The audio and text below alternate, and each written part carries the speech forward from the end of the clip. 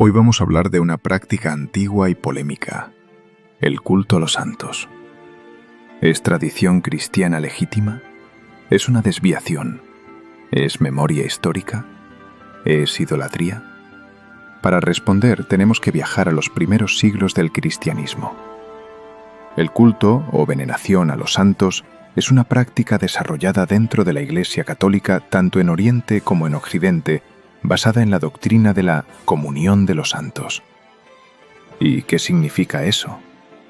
Es la creencia de que todos los cristianos, vivos y difuntos, están unidos en Cristo. Bajo esa lógica, quienes ya murieron en la fe pueden interceder por quienes aún viven. Aquí aparece un punto clave. En el catolicismo se hace una distinción entre adoración y veneración. Adoración, latría, se reserva exclusivamente para Dios.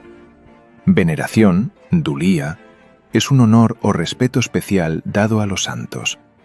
Y una categoría especial, hiperdulía, se aplica a María. Sin embargo, la discusión gira precisamente en si esa distinción es real en la práctica o si termina confundiendo los límites. Para entender el origen, tenemos que mirar al Imperio Romano en los siglos I y II. Durante las persecuciones romanas, muchos cristianos fueron ejecutados por confesar su fe.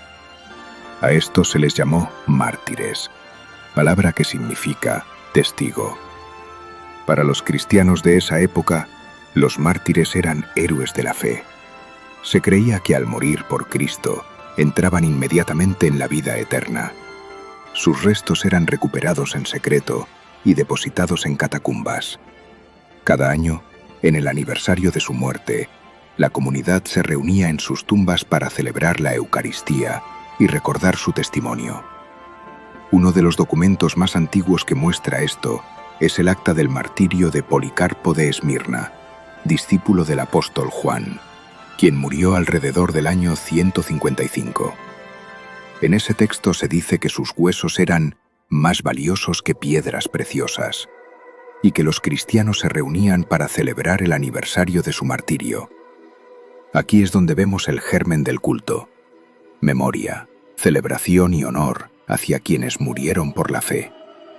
Con el tiempo, estas tumbas se volvieron lugares de peregrinación. En la colina vaticana, sobre la tumba del apóstol Pedro, se levantó la actual Basílica de San Pedro.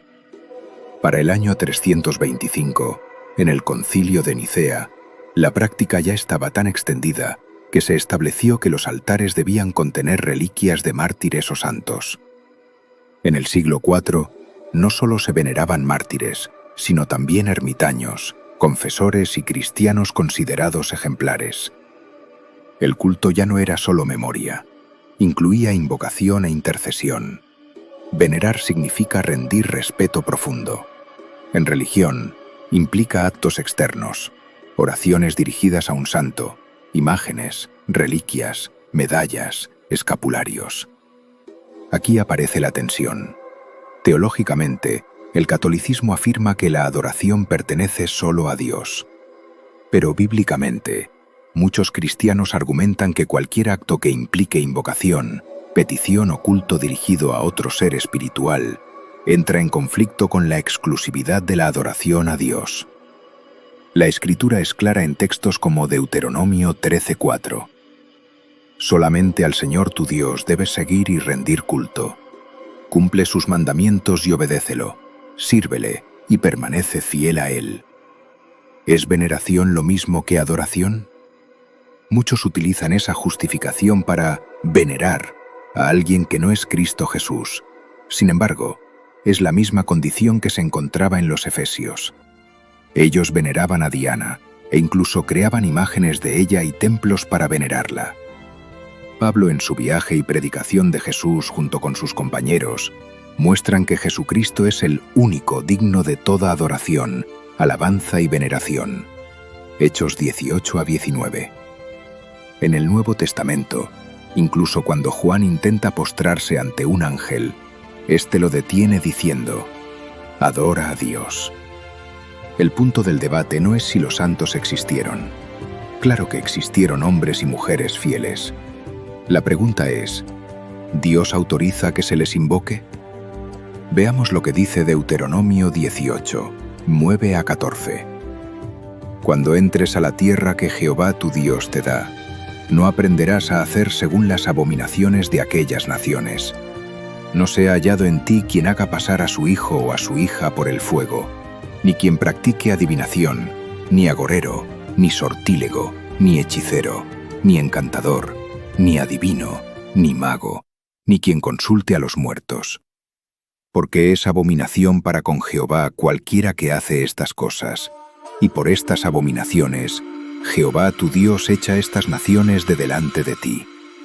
Perfecto serás delante de Jehová tu Dios. Porque estas naciones que vas a heredar, a agoreros y a adivinos oyen, mas a ti no te ha permitido esto Jehová tu Dios. No encontramos en el Nuevo Testamento ejemplos de creyentes orando a cristianos fallecidos. No vemos a la iglesia primitiva invocando a Esteban después de su muerte. No vemos a Pablo animando a orar a Pedro. No vemos instrucciones apostólicas para pedir intercesión a los que ya partieron. El fundamento bíblico presentado por quienes rechazan el culto a los santos es que Cristo es el único mediador entre Dios y los hombres. Los Reyes Magos adoraron solo a Jesús. Y al entrar en la casa, vieron al niño con su madre María, y postrándose, lo adoraron. Solo a Jesús. Y abriendo sus tesoros, le ofrecieron presentes, oro, incienso y mirra. Mateo 2:11. Aquí se produce la división teológica histórica entre tradición católica y perspectiva protestante. Históricamente, el culto a los santos surge en el contexto de persecución y memoria de los mártires. Con el tiempo, se institucionaliza y adquiere dimensión litúrgica y devocional. Teológicamente, se fundamenta en la comunión de los santos. Bíblicamente, su legitimidad es debatida. Este tema no es superficial. Toca el corazón de la pregunta: ¿a quién pertenece el culto? La historia muestra cómo las prácticas pueden desarrollarse orgánicamente en la Iglesia. La Biblia nos obliga a preguntarnos si todo desarrollo histórico es necesariamente aprobación divina. Y ahí es donde cada creyente debe examinar escritura, historia y conciencia delante de Dios. Porque cuando hablamos de culto, no hablamos de tradición cultural. Hablamos de lealtad espiritual. En el debate sobre el culto a los santos, uno de los textos más citados es 1 de Timoteo 2:5. Porque hay un solo Dios, y un solo mediador entre Dios y los hombres, Jesucristo hombre. La palabra mediador implica a alguien que actúa como puente o intercesor entre dos partes. Hebreos 7:25 añade: por lo cual puede también salvar perpetuamente a los que por él se acercan a Dios, viviendo siempre para interceder por ellos. Y Hebreos 4:16 invita directamente: acerquémonos, pues, confiadamente al trono de la gracia, para alcanzar misericordia y hallar gracia para el oportuno socorro. El acceso no es indirecto, no se describe como escalonado, es directo, por medio de Cristo. Entonces surge otra pregunta teológica clave. Si Cristo intercede continuamente y es el único mediador, ¿es necesario establecer otros intercesores espirituales? En el Nuevo Testamento vemos algo contundente. Cuando alguien era liberado de opresión espiritual, cuando demonios eran expulsados, cuando enfermos eran sanados, el poder invocado era uno solo: el nombre de Jesucristo. No el nombre de un mártir, no el nombre de un profeta fallecido, no el nombre de un hombre piadoso del pasado. El libro de Hechos nos muestra esto con claridad. En Hechos 19:11 a 20, en la ciudad de Éfeso, Dios hacía milagros extraordinarios por medio de Pablo. Incluso los pañuelos que habían tocado su cuerpo eran llevados a los enfermos y sanaban. Los espíritus malos salían. Pero aquí ocurre algo revelador. Algunos judíos intentaron usar el nombre de Jesús como fórmula. Decían: Por el poder de Jesús, de quien Pablo habla, les ordeno que salgan. Eran los 7 hijos de Esceva. Y el espíritu maligno respondió: Conozco a Jesús, y sé quién es Pablo, pero vosotros, ¿quiénes sois? Y el hombre endemoniado los atacó y los dejó heridos y desnudos. El mensaje es claro. El nombre de Jesús no es una fórmula mágica. El poder no está en repetir palabras. El poder está en la autoridad real, que proviene de una relación verdadera con Cristo y de estar lleno del Espíritu Santo. El texto dice que, después de esto, el nombre del Señor Jesús era magnificado. No el de Pablo, no el de ningún otro, el de Jesús. Hechos 4:12 declara: Y en ningún otro hay salvación, porque no hay otro nombre bajo el cielo, dado a los hombres, en que podamos ser salvos. No dice, hay varios nombres. No dice, hay nombres secundarios. No dice, hay intercesores alternativos. Dice, ninguno otro.